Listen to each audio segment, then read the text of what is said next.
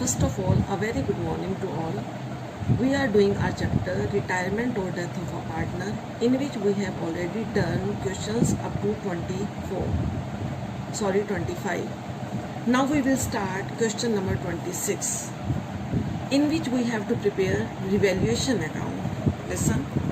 A, B and C were partners sharing profits and loss in the ratio 5:3:2. Following was their balance sheet as at 31st March 2020. Now listen the adjustment. A retires on this date and the following adjustment were agreed upon. Number 1. Bad debts amounting to ₹10,000 were to be written off and provision for doubtful debts be maintained at existing rate.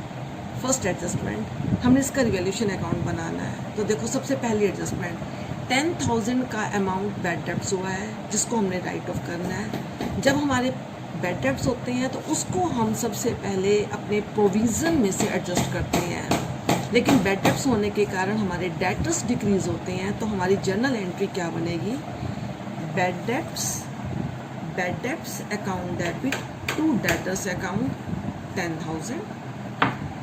अब इस bad debts को हमने provision में से right of करना है और excess amount revaluation account से लेना है. तो सेकंड एंट्री क्या होगी हमारी? प्रोविज़न फॉर डाउटफुल डेब्ट्स 9,000 हमारे पास है. 9,000 का तो प्रोविज़न बनाया ही हुआ था हमने, लेकिन हमारे बैड डेब्ट्स कितने हुए हैं? 10. तो 1,000 एक्सेस बैड डेब्ट्स हम रिवैल्यूएशन अकाउंट से चार्ज करेंगे और हमारी एंट्री बनेगी provision for doubtful debts account debit revaluation account 10,000 minus 9, क्योंकि बैड डेब्ट्स 10 है, प्रोविज़न 9 का पड़ा था, तो 1,000 excess bad debts revaluation account से चार्ज करेंगे टू बैड डेब्ट्स. अब आगे क्या कह रहे हैं? एंड प्रोविज़न फॉर डाउटफुल डेब्ट be maintain at existing rate. और जो अब हमने प्रोविज़न बनाना है वो उसी रेट से बनाना है जिस परसेंटेज से हमारा प्रोविज़न पहले बना हुआ है. तो पहले हम निकालेंगे कि ये कितने परसेंट से बना हुआ है. तो देखो कैसे देखेंगे हम. Provision for doubtful debts at existing rate, तो कैसे निकालेंगे? 9,000 upon 1,50,000 into 100 is equal to 6%. यानी कि 1,50,000 के इक्वल 9,000 है, तो 100 के इक्वल क्या हो जाएगा? 9,000 अपॉन 1,50,000 इंटू 100. तो इस प्रकार हमारी एग्जिस्टिंग रेट 6% निकलेगी. अब जो हमने प्रोविज़न बनाना है वो भी 6% से बनाना है. तो हम कैसे बनाएंगे? पहले हम डेटर्स में से फर्दर बैड डेब्ट्स को माइनस करेंगे. तो हमारे डेटर्स कितने हैं? 1,50,000. हमारा पैसा बैड डेब्ट कितना हुआ? 10. 150,000 माइनस 10,000 1,40,000. इसका 6% हम प्रोविज़न बनाएंगे. तो 1,40,000 का 6% 8,400. तो हमारी जर्नल एंट्री बनेगी revaluation account debit to provision for doubtful debts, क्योंकि लॉसेस के लिए रिवैल्यूएशन अकाउंट को डेबिट करते हैं और जब हमारा प्रोविज़न बनता है तो हमें लॉस होता है. तो इस प्रकार हमारी ये जर्नल एंट्री बनेगी. Second adjustment, an unrecorded creditor of ₹20,000 will be taken into account. Unrecorded creditor 20,000 को अकाउंट्स में कंसिडर करना है. मीन्स हमारी लाइबिलिटीज़ बढ़ रही हैं. अगर लाइबिलिटीज़ बढ़ेंगी तो हमारा लॉस होगा और लॉस होगा तो रिवैल्यूएशन अकाउंट डेबिट. तो हमारी एंट्री क्या होगी? Revaluation account debit to creditors, क्योंकि 20,000 के क्रेडिटर्स को अब हमने अकाउंट्स में लिखना है. हमें लॉस होगा. क्योंकि लाइबिलिटीज़ इंक्रीज हो रही हैं. Third transaction, provision is to be made for legal damages amounting to ₹25,000. Provision बनाना है. जब भी प्रोविज़न क्रिएट करेंगे इसका मतलब हमारी लाइबिलिटीज़ इंक्रीज हो रही हैं. लाइबिलिटीज़ इंक्रीज तो हमें लॉस है, तो रिवैल्यूएशन अकाउंट डेबिट होगा. तो इसके बिहाफ पे हमारी थर्ड एंट्री क्या पास होगी?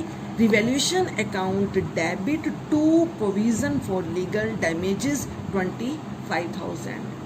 Fourth adjustment, there is a liability for ₹15,000 for outstanding salaries. Outstanding salaries के बिहाफ पर हमारी 15,000 लाइबिलिटीज़ हैं.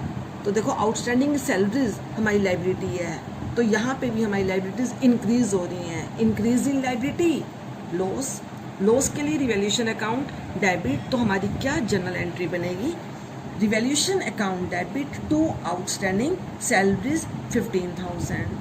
Next fifth transaction, sundry creditors be reduced by ₹8,000 being a liability not payable। देखो इसमें क्या कह रहा है, sundry creditors 8,000 से रिड्यूस करने हैं क्योंकि इस लाइबिलिटी को हमने पे नहीं करना। इस ट्रांजेक्शन से हमें क्या हिंट मिल रहे हैं, हमारी लाइबिलिटी डिक्रीज हो रही है। अगर लाइबिलिटी डिक्रीज होगी तो हमें प्रॉफिट होगा, प्रॉफिट है तो रिवैल्यूएशन अकाउंट क्रेडिट करेंगे, तो हमारी जर्नल एंट्री क्या बनेगी इसके बिहाफ पर, sundry creditors debit to revaluation 8,000 for creditors are not payable longer. Now sixth transaction, stock be increased by ₹15,000 and plant is to be reduced to ₹1,80,000। stock 15,000 से increase होगा, stock को 15,000 से increase करो, stock हमारी asset, increase in asset तो हमें profit होगा, profit तो रिवैल्यूएशन अकाउंट क्रेडिट। और plant is to be reduced, plant को रिड्यूस करके 1,80,000 तक लेके आना है। तो इस ट्रांजेक्शन से हमें क्या हिंट मिल रहे हैं, स्टॉक हमारा इंक्रीज हो रहा है और प्लांट हमारा डिक्रीज हो रहा है। और प्लांट में क्या कह रहा है, प्लांट को रिड्यूस करके 1,80,000 तक लेके आओ। हम अपनी स्टेटमेंट में देखते हैं कि प्लांट बैलेंस शीट के अंदर 2 लाख गिवन है, यानी कि प्रीवियस वैल्यू इसकी 2 लाख है और एट प्रेजेंट उसको हमने कम करके 1,80,000 तक लेके आना है। तो इस प्रकार हमारा प्लांट 20,000 से डिक्रीज हुआ, तो हमारी जर्नल एंट्री क्या बनेगी, लिसन, स्टॉक इंक्रीज हो रहा है, इंक्रीज्ड बाय 15, तो हमारी जनरल प्रॉफिट होगा, तो हमारी जनरल एंट्री बनेगी stock account debit to revaluation 15,000। Plant decrease हो रहा है 20,000 से, तो उसके भी यहाँ पे हमारी एंट्री बनेगी revaluation account debit to plant 20,000। अब हम इन जर्नल की हेल्प से अपना रिवैल्यूएशन अकाउंट बनाएंगे। Listen, revaluation account, loss debit, profit credit. Loss कैसे होता है, एसेट डिक्रीज, लाइबिलिटीज इंक्रीज, और profit asset increase, liabilities decrease. तो लिसन, फर्स्ट ट्रांजेक्शन में हमारे बैड डेब्ट्स हुए थे 10,000, लेकिन 9,000 तो हमने अपने प्रोविजन में से चार्ज किया। 1,000 कहाँ से चार्ज करना था, रिवैल्यूएशन अकाउंट से। तो रिवैल्यूएशन अकाउंट डेबिट था, तो हम रिवैल्यूएशन अकाउंट डेबिट साइड लिखेंगे टू बैड डेब्ट्स 1,000। उसी ट्रांजेक्शन में ही हमने 8,400 का प्रोविज़न बनाया था, प्रोविज़न क्रिएट करते हैं तो लॉस होता है, लॉस के लिए रिवैल्यूएशन अकाउंट डेबिट, तो कहाँ लिखेंगे, टू प्रोविज़न फॉर डाउटफुल डेब्ट 8,400। Second transaction, revaluation account debit to creditor, revaluation account debit है तो हम भी रिवैल्यूएशन अकाउंट की डेबिट साइड लिखेंगे, टू क्रेडिटर्स 20,000, क्यों, क्योंकि हमारे 20,000 से क्रेडिटर्स इंक्रीज हो रहे हैं।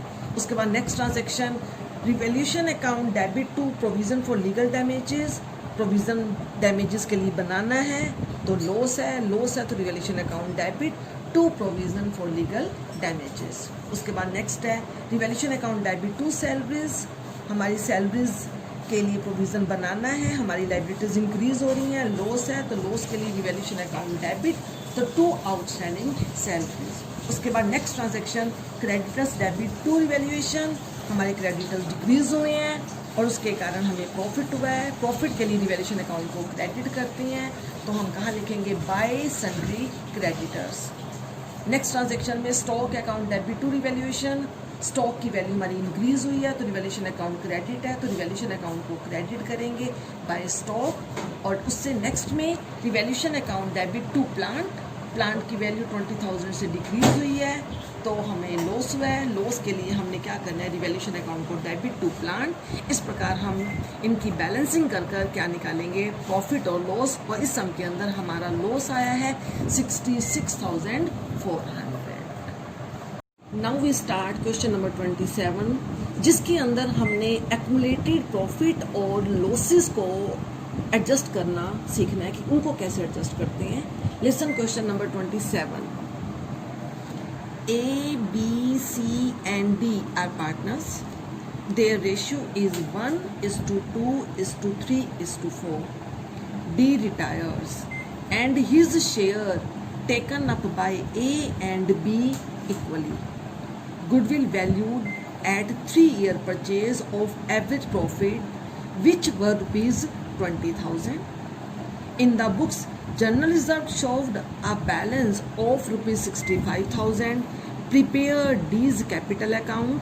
His capital balance is rupees 1,50,000. Listen. अगर हमें सम के अंदर कोई एक्मुलेटेड प्रॉफिट या लॉस गिवन है तो सबसे पहले हमने उनको एडजस्ट करना है. अगर प्रॉफिट है तो डिस्ट्रीब्यूट करना है, अगर लॉस है तो हमने पार्टनर्स की कैपिटल को डेबिट करना है. तो सम के अंदर हमें क्या गिवन है? General reserve showed a balance of 65,000. सबसे पहले ये ओल्ड प्रॉफिट है. ओल्ड प्रॉफिट ओल्ड पार्टनर्स में ओल्ड रेशियो में डिस्ट्रीब्यूट होंगे. अगर कुछ भी नहीं कह रखा तो हमने 65,000 को डिस्ट्रीब्यूट करना है. तो हमारी जनरल एंट्री क्या बनेगी? General reserve account debit 65,000 to A's capital account, to B's capital account, to C's capital account, to D's capital account. ये 65,000 हम ओल्ड पार्टनर्स में, ऑल पार्टनर्स में ओल्ड रेशियो में डिस्ट्रीब्यूट करेंगे. और ओल्ड रेशियो क्या है? 1:2:3:4. In this way our amount will be 6,500, 13,000, 19,500 and 26,000. उसके बाद अब हम गुडविल की एडजस्टिंग एंट्री करेंगे. अब हम गुडविल की एडजस्टिंग एंट्री पास करेंगे. तो सबसे पहले हमने गुडविल की कैलकुलेशन करनी है. Goodwill valued at 3-year purchase of average profit which were rupees 20,000. तो गुडविल की कैलकुलेशन करेंगे. Goodwill is equal to average profit into number of year purchase. Average profit 20,000, number of year purchase 3, तो 20,000 into 3 60,000. ये हमारी total goodwill है. हर partner का share निकालेंगे. तो यहाँ पे रिटायरमेंट डी की है तो डी का शेयर निकालेंगे. डी का शेयर है 4/10. तो डीज शेयर 60,000 इंटू 4/10 24,000. तो गुडविल डी के शेयर की एडजस्ट करेंगे ए और बी में, उनकी सेक्रीफाइस रेशियो में, सॉरी गेनिंग रेशियो में 1:1. और हमारी एंट्री क्या होती है? Gaining ratio, not for sacrificing ratio.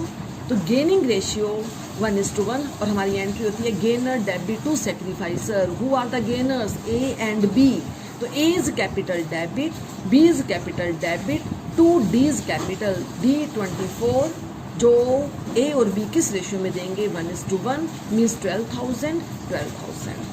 अब हमें सम के अंदर डीज कैपिटल अकाउंट भी बनाने को बोला है तो हम बनाएंगे डीज कैपिटल अकाउंट. सबसे पहले कैपिटल में क्या लिखते हैं? बैलेंस. डी की कैपिटल का बैलेंस हमें स्टेटमेंट में गिवन है 1,50,000 बाय बैलेंस BD 1,50,000. अब डी का जर्नलिज्म में शेयर 26,000 ऑलरेडी एंट्री पास कर चुके हैं. उसके अंदर डी में 26,000 है बाय जर्नलिज्म 26. अब गुडविल की ये एंट्रीज गुडविल की है. तो देखो हमारी यहाँ पे एंट्री है A debit, B debit to D. D 24,000 से क्रेडिट है तो डी के अकाउंट को 24,000 से क्रेडिट करना है. लेकिन डी के क्रेडिट होने का रीज़न कौन है? A and B. तो हम कैसे लिखेंगे?